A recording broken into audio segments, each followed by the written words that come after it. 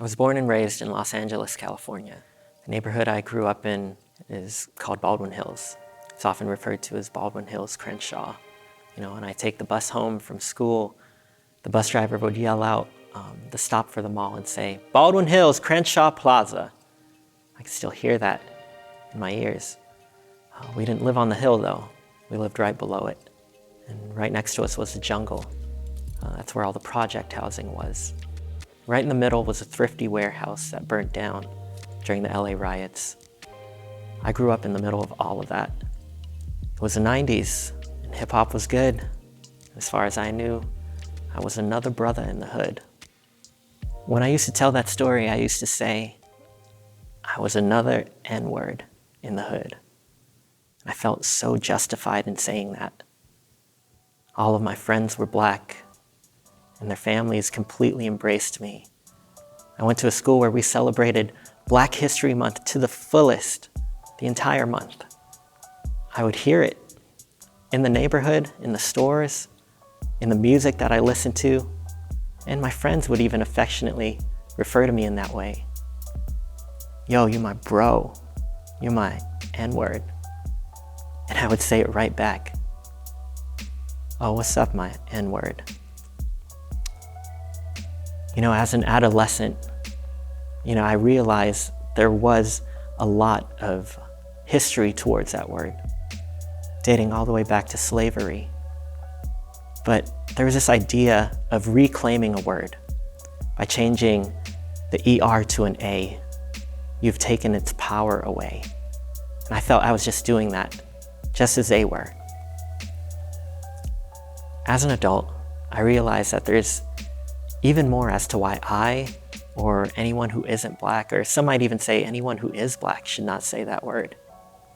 There's a whole history of institutionalized discrimination against black people in the realm of employment, in finance, in housing, in education, basically any right that any average American should have. What's worse is there's an internalized oppression that takes place with the use of that word.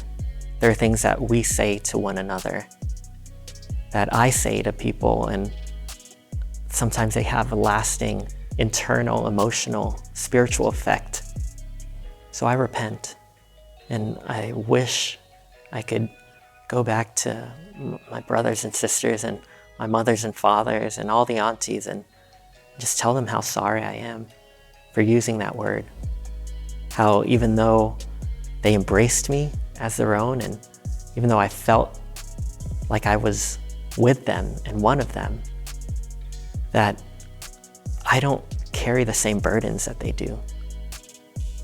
I don't share the same skin or the same hair that they have. And I know that my skin and my hair and my eyes carry their own burdens, but it doesn't diminish theirs. And it's not equal to theirs. So I just want to say I'm sorry. I even unknowingly perpetuated the oppression that's over them.